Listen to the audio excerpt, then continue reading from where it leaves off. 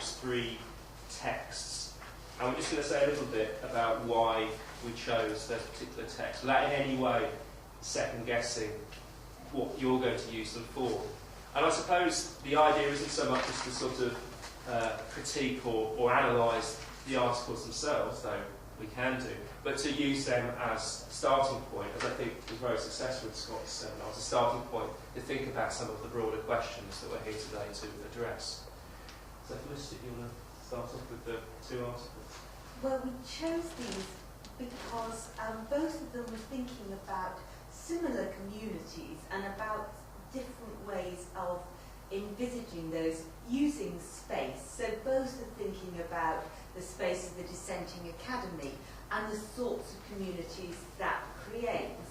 And I think Daniel White's piece, which then fed into his book, which Scott was talking about, is a really important step along the way of thinking about the importance of dissenting communities. That move outward that Emma was also mentioning from thinking about Barbauld as a woman writer and dissenter to thinking about her as part of a larger community of dissent. And I think White's model of a family, of using specific metaphors like the joineriana, the scraps that are all joined together, and the work bag, to think about modes of familial production and to think about how we might conceptualise dissenting communities. I think that's been really important over the last 10 years in the way in which we talk about dissenting models of creativity. But I think possibly also people are beginning to challenge some of those metaphors now. So we chose that as being a really important way of thinking about family circles. And then the Acosta article as being an interesting way of thinking about things geographically, thinking about how communities might be formed in particular places and shaped by geography. So we heard about Barbauld sharing ideas with her brother in Stoke Newington, and this picks up on that idea and thinks about how dissenting community can use a geographical space to model itself.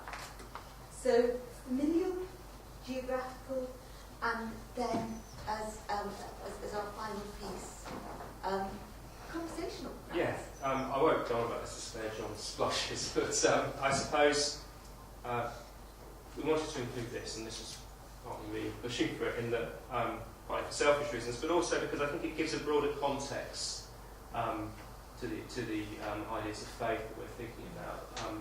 Much of this workshop, for very good reasons, is focused on dissent, and perhaps particularly sort of Unitarian dissent. And we wanted to have a different perspective in the way of thinking about an evangelical Anglican perspective. And also, unlike the other 2 articles, this piece, it's not addressing sort of geographical space or familiar relationships. It's dealing with ideas of conversation and ideas of community and how they might be mapped onto a range of things, including sort of nation, poetics, but also religion. And I think one of the important things that this piece does is remember that Cooper is, among other things, a writer for whom religion is very important. So that's the rationale for the seminar. You have some questions to consider, though there are lots of other ones. We'll keep to the schedule for 25 minutes for the breakout groups, and then we might try and claw a few minutes back with the discussion towards the end. But as you see, there's quite a generous allocation of time. So you've got 25 minutes to talk about each piece within the groups that you've been allocated, and then we'll reassemble at something like 5 to 3. Does that make sense? We're the same group. Okay, well we had issues that we raised, we don't have answers. I suppose one was with the category of dissent, which I know some people have said in relation to this article that there's a problem about dissent being used even as the base of his public sphere articles, we are talking about mainly Presbyterians on the way to becoming Unitarians, and how far his idea of a public sphere is a public sphere that will include, let's leave aside evangelicals, but Baptists, independents, congregational, and to what extent all those people are being addressed, and whether this is something smaller. I mean, I think elsewhere in the book he does address that and talk about the way that, well, that can reduce things to theology, and it's not clear. If you look at people socially, they did mix up, partly because often they're in places where, to get a decent congregation, they had to all worship in the same chapel. I know that's true in places like Taunton and Tiverton, but I think there's an issue about the use of the word dissent for talking about those different congregations and the way it works. And is what he's calling dissent really a kind of liberal trench, probably across many of these denominations or spokespeople. So that's one question we had. How baggy is your dissent? Cut that. Am I pausing to have people say things in response, or do you want to take our whole package? I don't know. It's your call, Dick. Yeah. Or do you feel? I've lost the power of conscious thought. Take the whole package. Why not take all of me, as somebody would say, with a double E? Well, the other thing I do it again with the laughter, the canned laughter. If I had a son, I was going to call him Ewan, and he would have been Ewan. But that's my two set jokes out of the way. The other is the public-private thing, and I think that's an interesting. I'm not sure it's kind of classical Habermas in a way, but I think what's distinctive about it is that, of course, they are making public their privacy. Now, I take this to a point, so I think your point earlier of how much we supply biography to know what's behind this, but I take it something like Evenings at Home is making a public intervention on the basis of somebody's privacy. So it is a bit, in some ways, like, Harriet Geston has written about this, the way that women could use the domestic, not something separate from the public, but as the basis of going into public intervention. It was the probity of one's domestic arrangements that allowed one to have a public utterance. And in fact, I think Barbara says something like that in the pamphlet when she talks about the probity of our domestic manners. But there's a very interesting Corinne Wagner article on John Thelwall, who's from the radio, but she points out one of the contradictions of that can be that Thelwall says a lot about the government's invading his privacy, spies, etc., etc., but then wants to make the basis of his intervention. He also has a private affective basis to his public interventions, which then suggests then your privacy is up for grabs. You can't go on about the sanctity of the private if you're also making that the basis of your public intervention. So I'm just interested in that as a move they make and what's at stake for them making a public demonstration of their private arrangements and the way that works. I suppose with both of those, I'm not sure, I think we have to be very careful. I think the Warrington Circle in particular do make that move a lot and clearly present their domestic arrangements of a distinctive sort that's connected to their related dissent. But I think we have to be very careful about taking that self-image either as true about them or not true about others, if you see what I mean. It may be true, but we can't just take it as true. It is a self-representation. We don't want to get, I think it would be very dangerous to get into things, this is Unitarian sociability, Anglicans, just knocked books out of their wives' hands at the breakfast table, that's the thing I think to be aware of. We talked a bit about networks and what kind of networks we're talking about here. We got into it, I'm not sure if it was of the subject, but it was a very interesting subject, about credit and character and finances. One of the networks that's at play here is credit. Johnson is a bookseller. He's sending books around the country. Johnson doesn't just publish books for ideological reasons. He runs a business. And a lot of relations between these people, that it is a merchant class, are based on credit being based on character. And the way credit worked in the late 18th century was often that you would give people in your community credit. Literally, the church would stand behind. If John Whale moves from Leeds to Nottingham, let's assume they allowed him in. There's no church in this room. But, to start running his business, he would probably be initially require credit, and that credit's most likely to be granted by those who share his religious convictions. I think that, and people passed along those networks. Often, people would go to become the preacher of another preaching house. Presumably that's what happens at Palgrave School. When she moves from Warrington, they know that there's a congregation that is sympathetic, they have family contact. So that can be mapped onto the circulation of text, but it is also a more general case of the circulation of knowledge and capital around these people when being known to others were mattered for your basic financial existence. And I think that's a thing to think about as well. And then Naomi Leslie brought up this thing about early Christianity and manners. I think it's an interesting issue on that essay on taste and how far are the ideas in that very quite early essay being seen as enacted, notwithstanding Stu pointed out it was republished in 1792, but how far are those ideas in the essay on taste being seen fulfilled in the, cut that please, in the ideas of the domestic arrangements, and how far are they perceived as a kind of early Christian family idea that in some ways transcends the fall into denominations and dissent and schism. There was a brief talk about the Isle of Wight, but I didn't really understand. It's intensely relevant. It was. Maybe we'll get, there are probably some questions and comments, maybe hold those thoughts and make sure we get feedback from the three groups and then open it out to more plenary setting. So the Costa article probably which. Yeah. I think we kind of skirted over the Habermas public and private and decided to kind of explore some different ideas.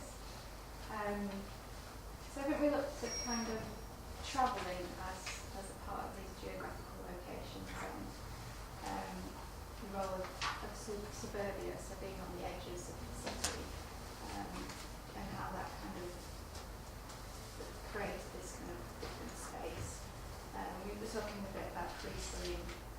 He moved around a lot, so kind of that, did he go, for what reasons did he travel, and kind of what did he move for, and whether he drew people to him or whether he went to particular to groups, and we kind of discussed kind of reasons for that.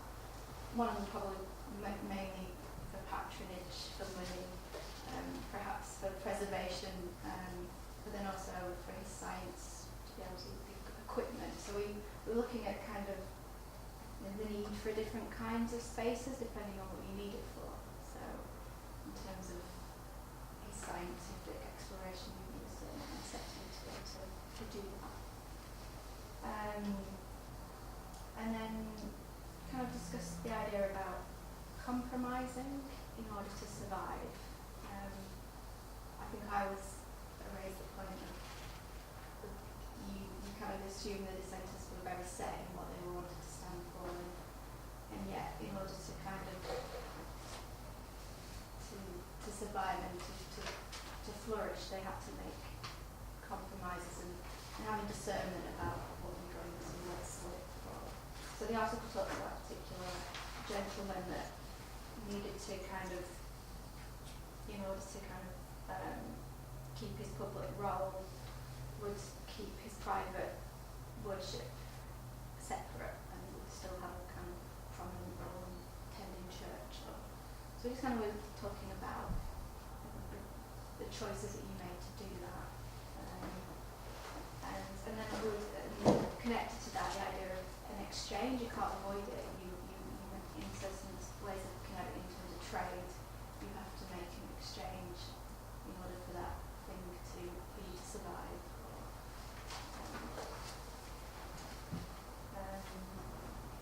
And then I think we finally looked at briefly kind of an imagined space. So the idea of going to America or that being a space where your values would be outworked. It was, and there was this idea of being honoured elsewhere. You haven't got any honour in your own country, but it's possible elsewhere. And just looking at that as perhaps like Priestley decided that that's where he could only be carry out his convictions elsewhere. And then we talked about the dissenting academies, and perhaps they imagined their survival by having this dissenting academy and educating the next generation. different preaching, there's different areas of education, but actually what seemed to actually result was not what they were expecting. So they went and got involved in different trades or different professions. So in that sense, their imagined hopes for their community is different from what they were expecting, which makes them quite interesting. You know, isn't it? Is that, I don't know if anything. Okay, thanks. I mean, we spent so long criticising John's article. We didn't even have time to choose a spokesperson, so we're going to do a conversation, I suppose. Where'd you get that idea from? I don't know.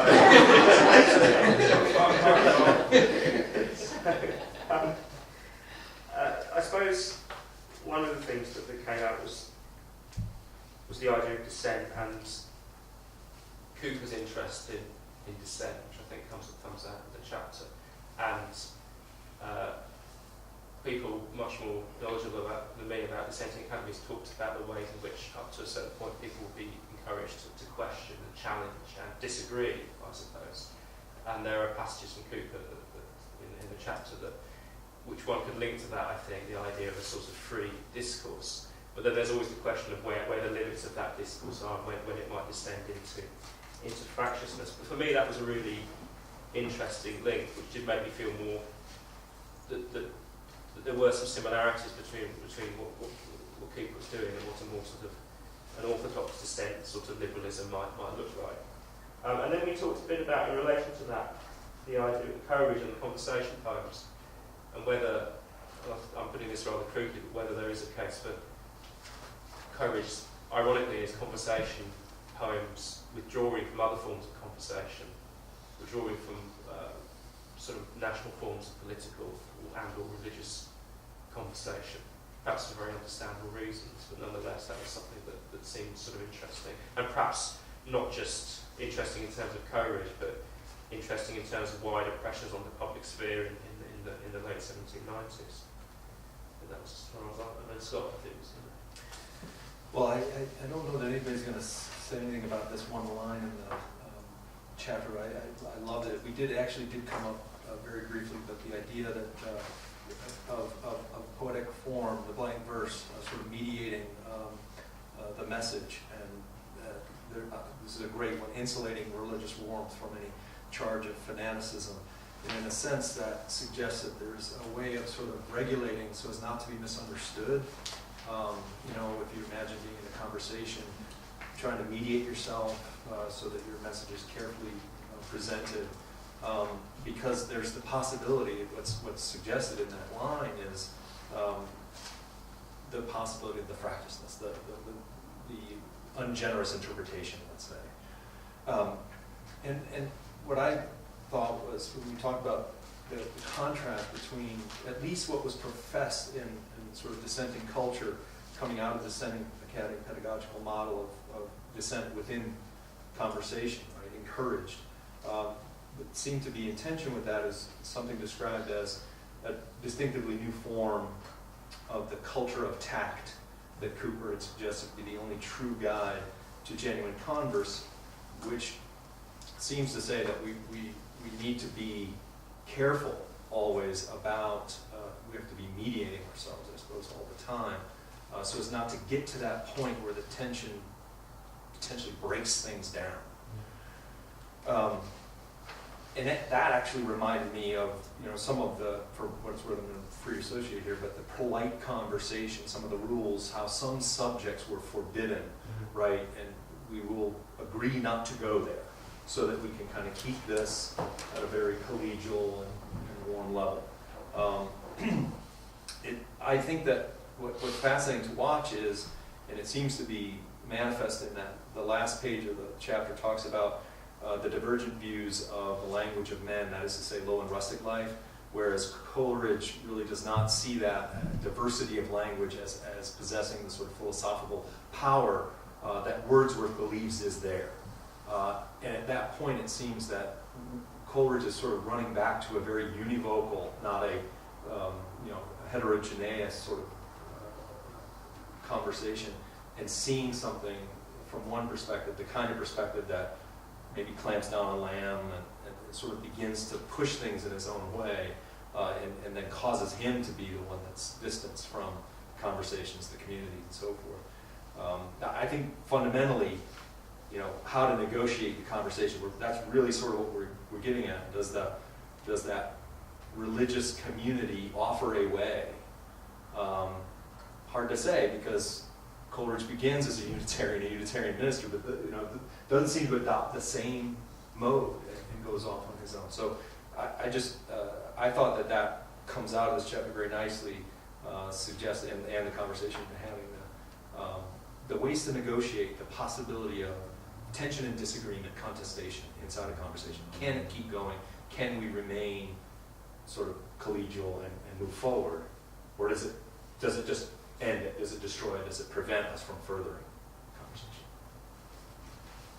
And then, I suppose anything off from that, what we finally talked about, literally talked about this at the start, what we're finally talking about now, is with reference to Cooper in particular, the idea of these ideas of tact and of mediation, and of how he envisages the domestic as a site for having these kinds of, staging these kinds of conversations, and the domestic as a space of mediation somehow.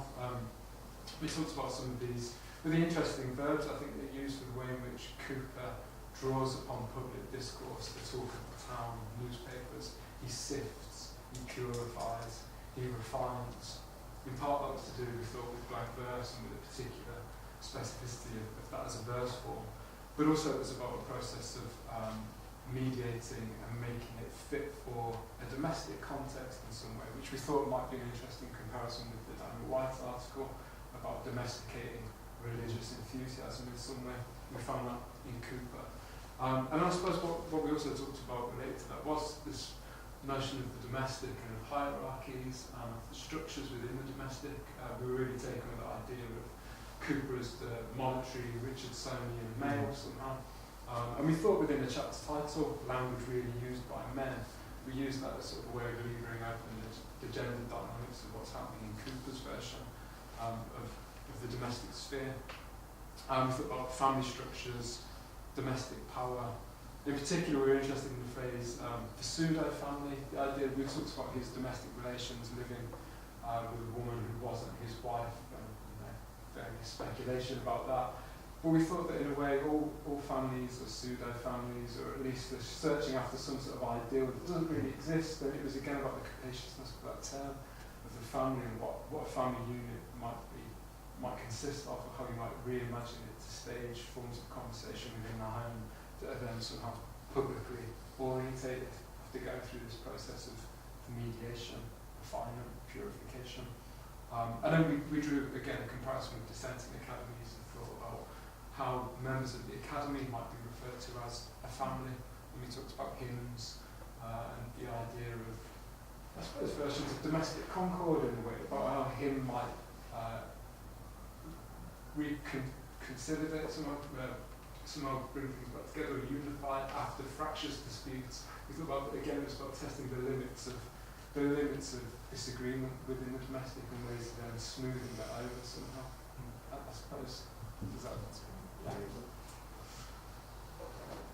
So to sum up, I can't. So I think somebody's just going to have to start. I'm reporting to the HRC, so really, no, halfway through the afternoon he's given up. Where's your medal? Cut that. This is so perhaps seminar, seminar. Chair would like some. Well, I would like to ask John how You've got a wicked looking at this chair. I'd like to ask John how he responds to that, and how maybe you felt that we've brought out quite a number of these shared themes, particularly domesticity, and how how important the family is in notions of community. And would you like to say anything about how you were responding to those ideas? Well, one thing that's perhaps larger than that, which I tell you from other people who take down there, is that the idea of the conversible world being defined by the feminine, and how that was an opportunity for women but it was also, certainly in our dissenting the human way, clearly designed to co-opt the idea of women, a feminized space, putting conflict out of the way, so that this sifting and the familial space, you know, could be an opportunity, but it could also be a way of actually putting aside certain topics like talk of the town, but also politics and religion. And I guess, I think the point, we might have picked up this a bit more in our article, that then Bobo's interesting because she more often makes up the basis of making political, you know, that's not what's going on in Bobo. She exploits that to go and make political kind of interventions. That's clearly not. But, and then a thing that came up for us actually, so I'm not really responding in relation to the chapter, although one of the things I'm interested in is the way conversation is obviously universally shared good, but the question is what people imply conversation to be. So the book is placed in a way about two polarities. One is the collision of mind with mind, the freedom to really argue things out, as against the politeness that avoids difficult subjects. This is the risk, things will start with a smack in the mouth. This is the risk that we won't talk about anything because we're just avoiding anything. In some ways that, and it's very complicated because in a way, Lawrence Klein will talk about politeness as this discourse that's almost synonymous with the rational. But it seems to me in lots of cases, the rational, I think as in Priestley's case, was so after the truth, he would see politeness as a form of hypocrisy. And it's arguable that over the course of the 18th century, that critique, especially after Chesterfield and things, gets stronger, that politeness is seen as pretending to string Godwin as a form of false dealing, I guess. So then it comes back from that larger thing to how much do we understand particular kinds of uses of the domestic as a way of kind of emptying out the controversial, or are they ways of figuring positive models of community going outwards, I guess. And I think it's a case-by-case basis. I think having thought about that, you've got to think about how different ones are used, as well, while always remembering there may not be any straightforward mapping of actual domestic arrangements to configurations of the domestic in a text. I'm not sure I answered your question as such, but that was a coherent 10 minutes film. I think, Richard, you were talking about representations of dissenting conversation and how limited they were in literary representation. That was very interesting. It was partly to do with children's. It was partly to do with the point in Coleridge about imagining somebody to disagree with him in some way, or how Coleridge might imagine a dissenting point of view to bring him back down, to stop him with his abstruse researching. And I was struck by the sort of comparison with, say, in Evenings at Home or the work of Priscilla Wakefield, educational texts for children are in the form of a dialogue where sometimes there is a dissenting voice allowed, someone to argue with you, but essentially it's there to be tamed or disciplined or misaligned somehow. So you get the extent to which, say in Wakefield, slavery is a good case in point actually. There's one of the children who's not part of the family, the biological family, doesn't know anything about slavery and seems to think it's okay to begin with, and then her whole purpose is to bring around this agreement that slavery is a bad thing. And it ends with the children all saying, we are of one mind in unison. And you think, oh, this is, what sort of a sphere is this? Well, I think that's really interesting. I meant there's a book by Adrian Warbank that has been that's come out that's about the use of dialogue and whether it figures itself in conversation or not and what's at stake. And again, in terms of polarities that are then rooted in practice. On one end is the catechism, which to the Protestant imagination is, that's the weakness of Catholicism. There's no space to think of an answer of your own. Whereas these dissenters are committed to an idea of a Protestant liberal thing, which models teaching as conversation, which is a kind of one definition of conversation around in the 18th century is an open-ended discourse. It's an exchange which doesn't have an end in mind. It's not for anything necessarily. It's only one.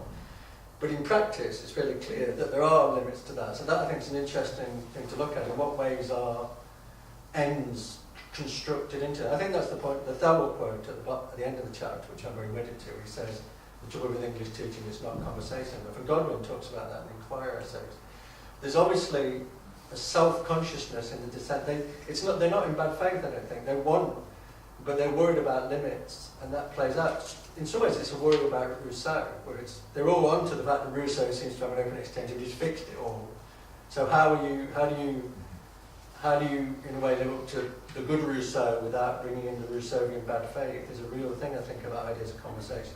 Pragmatically, isn't there always also this sense that they must keep together as a Yeah. pattern? Because I really admired this this White article, but I think I sort of scribbled when I first read it, which was a while ago. Doesn't give strong enough sense of how embattled the circle became from the 1790s. Though he does actually say, very interestingly on page 11, although Barbauld spent a good deal of her career fighting religious persecution in the form of the corporation in Test House, she was fully aware that in the absence of persecution, sectarian identity might dissolve. But I think I think that's a good point. I think one issue is that the gap between the essay on taste, which is there aren't women with that much pressure, and she's happy to think about Montague, between the Bible and 1792. But I think there's also a bit of an issue there, because they are quite embattled, but not all dissenters are. A lot of dissenters are getting on, making money, and they don't. Which so returns to your point, what is dissent? There's a bit of an issue about making. Use that term. Barbauld, they are very, as you said, Barbauld's very unusual. It's a very distinctive formation. I mean, when I said people like us as well, that we go to, I mean, really, as various people have shown, that William Enfield, the speaker, is the basis of English. That was reproduced as a textbook by, I mean, everybody used that. Everybody used the speaker. You didn't have to be a dissenter to use that book. So it's one of the foundational books of English in higher education. So that certain idea of what the subject is, what the literature is, comes out of that very tight circular around Warrington. I don't want to overdo that. I've got going back to the point about maintaining conversible possibilities, maintaining things through tact. Going back to John's point, I suppose I'm also engaged as a result of the conversation that we're having and the pieces that we've read with the problem of piety in that mix. I mean, John mentioned politeness and rationality and not mentioning politics, but there's also at the very heart of these communities is a kind of piety, which, the other thing one shouldn't mention is religion. And even interestingly, on the rare occasions it comes up even amongst our students today, then religious belief can be one of the most disconcerting revelations for any English seminar. It always seems to me. Can't deal with it. Yeah. And it seems to me that triangulation between piety, politeness and rationality, where rationality and piety, depending on context, can be some of the most impolite activities to engage in. And I think I'd just like to bring piety as a rebarbative presence back into the equation. That, I mean, comes up in the book. What about? I don't know if I told some people this. One of my favourite Wilberforce anecdotes is apparently before he went out to dinner, he made a list of launches, which were a list of things to bring the conversation back to God. But for most polite society, that was just, you don't want to, that's not something you particularly want to talk about, And that, it crops up in all kinds of ways. About humanist friends, who were all moderate clergymen of the Church of Scotland, who in some ways invent the aesthetic in the modern way, they were attacked by what are called the popular party, who again, for most of us, seem like, puritanical enthusiasts. But they kind of said to Blair and the others, well, aren't you a clergyman? He's an atheist. And you're being politely aesthetic with him.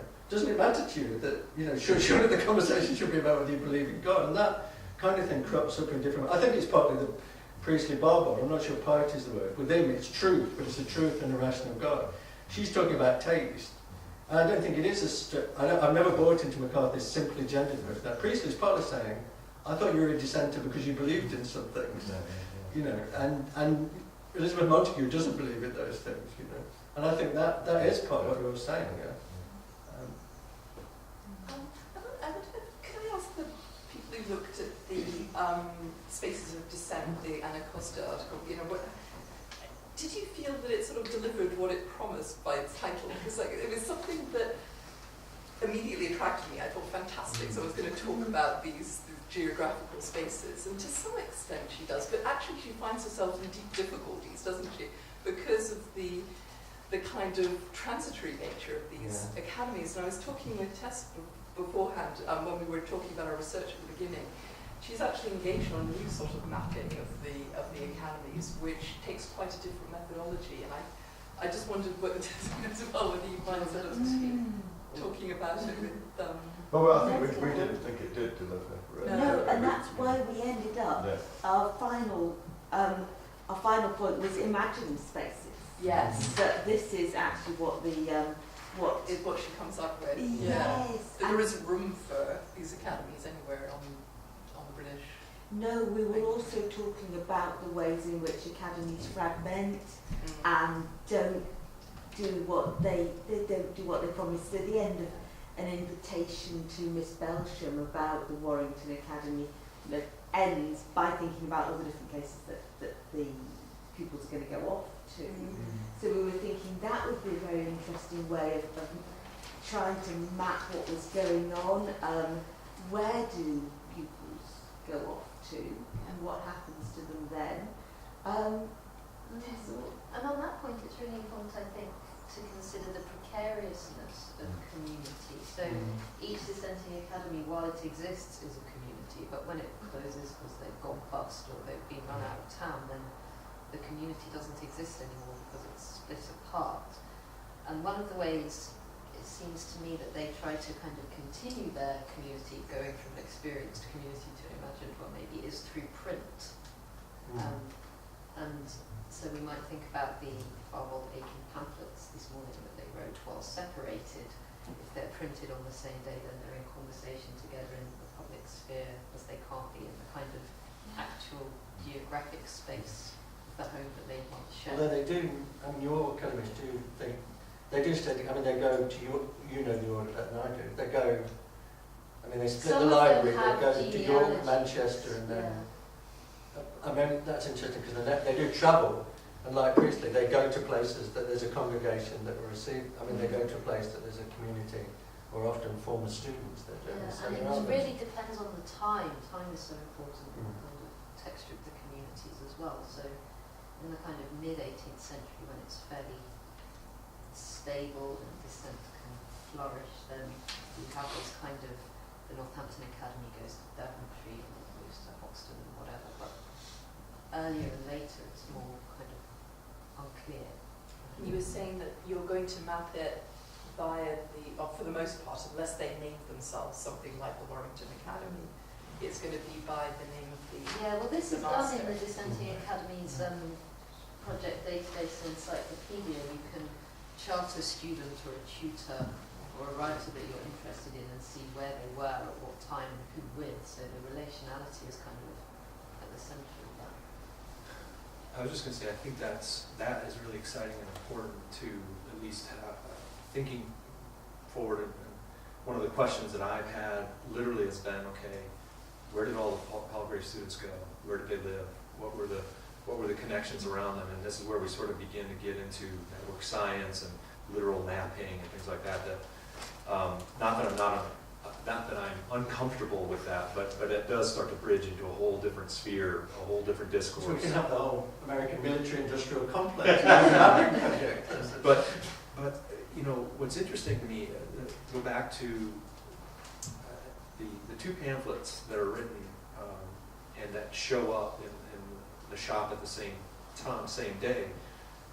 What we don't have there is we don't have Dorothy's journal, we don't have any letters, we don't have anything else to read in order to understand what, if any, conversation was going on.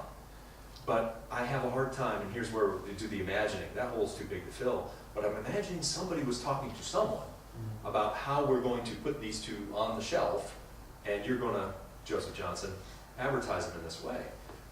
What I'd love to know is, this goes what you talked about, with one of the students ends up being the successor to Joseph Johnson and helps to publish, right? So I think that, for me, questions that remain about the community and then dissolution of the academy, but what's the network look like? How does it survive, not just in print, but in the networks that get us to print? So in other words, it's dispersed, but from Warrington, from tutors, to Palgrave students, to others, how does it end up situating itself so that it can continue to work? And actually, one thing we haven't talked about at all, which I don't think any of us are Scots, nearly all of them, they all spend a year in Scotland. because the Scots are all Presbyterians, but they're Church of Scotland because they're in Scotland.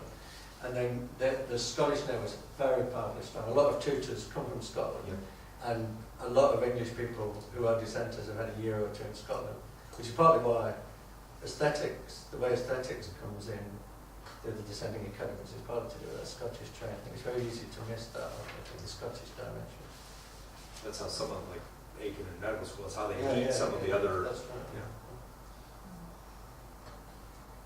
We were also just talking about memorialisation as a way of keeping, as a way of imagining communities, or as a way of actually these local communities don't hold together for very long, but what survives of them are the memorials.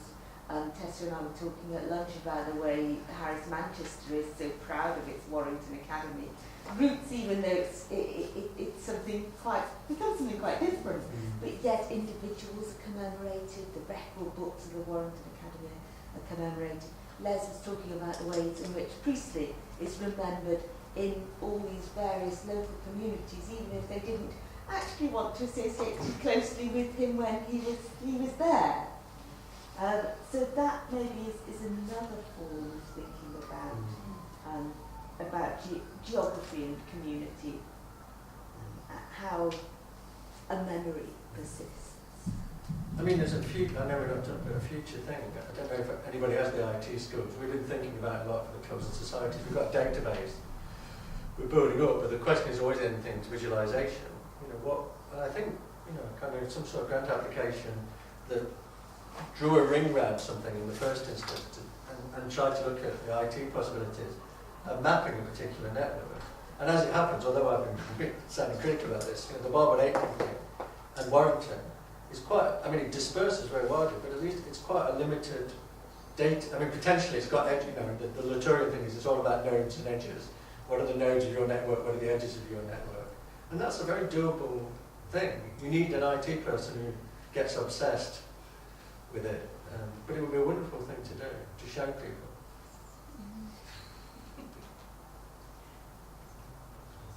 Yes, and that might answer one of the questions that Scott was posing about how do we, I've forgotten how you phrased it, Scott, but it was about the ways in which we can put texts together, trying to understand the layers of community, I think was the way you said it. So not just allusions between texts, but the ways in which we can actually map this on to particular places. Association. I think, I'm just thinking about, there's a significant emotional event when Warrington Academy closes, and I think that in some ways there's always an effort to congregate again in some way, right, to find that spirit, to relocate that spirit. But besides that, though, there's actual evidence about what you might call the descending diaspora after the closing of the doors. So where do they end up? How are they connected? With whom are they corresponding? And as John and I were talking about, they're also connected across the ocean. And they're on this eastern coast of America. There are these descending voices in play, connecting, creating that larger network. There's some Johnson letters in the Riga Public Library to American publishers saying, I'll send you this, this, and this, but track things. And I think he talks about what he thinks will sell and what won't sell as well. It's fascinating. So a great deal of this is about the kind of the myth of community, or community in retrospect, which maybe was fractured and fissured as it was going on, but that has such important emblematic value. Well, but it depends though. Because you're saying that because they have to be together. Can't it still be a community if they're in a network that's relatively dispersed? It's interesting to think about what community means. I suppose just that I'm going back to the warning note that we sounded at the start, that we don't want to make it sound like Warrington Academy was an ideal, was the sort of ideal that it sometimes comes through in later memoirs. this was a truly harmonious community. But the idea that it could have been a harmonious, or the idea that it can be used to measure future achievements is very interesting. I guess, because I was thinking, because the mapping thing will allow you to say, whatever you think about its quality, this is practically where, you know, you'll be able to see. Then you can make, I mean, as humanists, we get anxious about that. But doing that doesn't necessarily preclude then looking at the fabric, the fibre of more local things. It just allows you to see they're dispersed. We don't have to evacuate affect from it, but we can at least know, you could know that, well, these go there and when. It would have to be kind of 3D Star Trek chessboard kind of map, I guess. What I think is fascinating about that chessboard is that in creating it, where inevitably it's mediated through both our sense of, our historicised sense of about the ideas of conversation and community in the period in sociability, and also our own sort of aspirations that we've talked about, looking at our retrospective aspirations of those things. And I think to me what's really interesting about this conversation about the possible projects is finding ways of melding that sort of very materialist, detailed sort of tracking of these networks with the sort of conceptual weights, both historically and in contemporary sense, and trying to find, maybe it's too much to ask of a single project that it would meld those things, but that seems to me... Well, you can have a project that provides a resource, but that doesn't have to define what people do with it. The project wouldn't have to bring those two things together. The project can build that and say, this isn't going to do the research for you, it's simply going to be a tool. The people involved, and indeed if you made it public, everybody can simply use it to do what they will with. Nobody's suggesting it's the end in itself.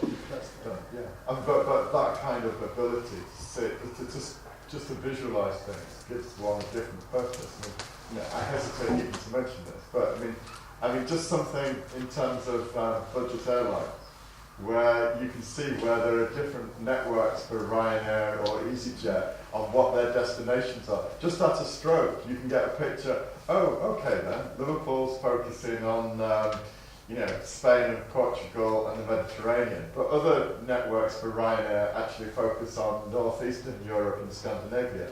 And so immediately, you didn't know that, but you can immediately see it at a glance. And then at any one of those destinations, of course, you can get materials loaded up in order to read those materials on the back of a shaped geographical visualization of network. So it's that, I know that's a cheap example, but I think in some ways that gives you a different purchase on the material. Presumably you want to click and then say, this is for books, distribution of books, this is, did any women move, who moved in families, where was there an academy?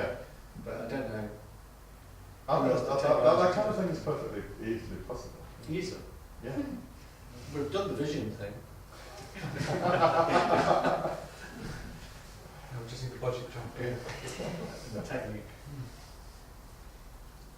Is that an appropriate point to wind up? I think we probably need to break. But thanks very much for that. That's really interesting.